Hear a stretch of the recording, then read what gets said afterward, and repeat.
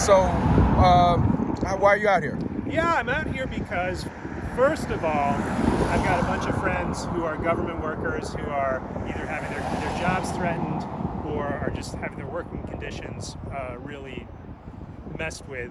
And they're good people, they're doing important work, and they've been treated unfairly and terribly. So that's number one. Secondly, the value of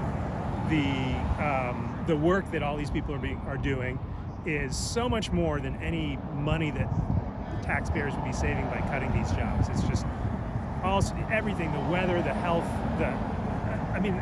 weather prediction. There's so many things. You just NOAA, yeah. CDC, NIH, all this stuff is doing good stuff for the American people, and cutting it makes absolutely no sense if we want to help the American people. Third, the way they're doing it is illegal and unconstitutional. Congress, elected by us, has allocated money to do all these things, and they're just saying, no, we're not going to spend that money. That violates the Embargo Act law, and it's just unconstitutional. The president shouldn't have the right to do that. Plus, Elon Musk is not formally appointed in any way, hasn't been vetted, so that's all,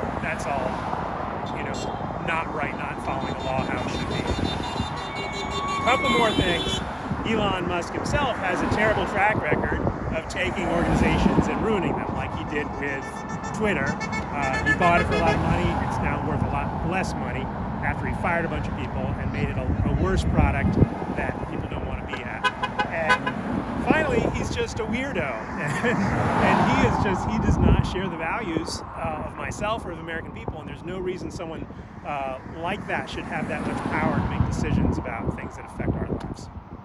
Okay. So out of all of the things that Doge has done, what do you feel like one of the biggest cuts that you feel like is just like, I can't believe this? Well, it's hard to say just one, but like one of the things that just really gets me is that in cutting USAID, they have impact on all these programs that help people with infectious diseases abroad. And just for one example of that, in the treatment of tuberculosis, if your treatment is interrupted, that leads to the development of drug-resistant tuberculosis. So it's actually worse now than if USAID had never been out there treating those people. That to have it interrupted like that and say, okay, USAID, people all go home, these people don't get their medicines, that leads to more drug-resistant tuberculosis, which endangers everybody in the world. So that's so one you're saying with tuberculosis, you're saying like, I'm not, so that's not contagious. Oh yeah, it's super contagious. It's super contagious. And you're saying like once you start the process, if you stop the process, yeah, then it'll build immunity to it, and then it's harder for the drug to actually help next time. Exactly. Okay. So it's a big public health risk to be doing this. And if they said, oh, we don't want our money going to this, well, there's a responsible way maybe to do this and say, okay, well, we're gonna maybe try and pass it off to someone else who's gonna do this, or we're gonna do this in an orderly fashion. And they're like, no. Say with a scalpel, not a hatchet, not a hammer. Exactly, and that's the case for absolutely everything. So it makes you think that they're doing this not just to save money, not to be efficient, but because they want to wreck the government and then make a lot of money in trying to replace it. So really privatize it. So it's a big risk. Post office, I think they're going to try and privatize the post office.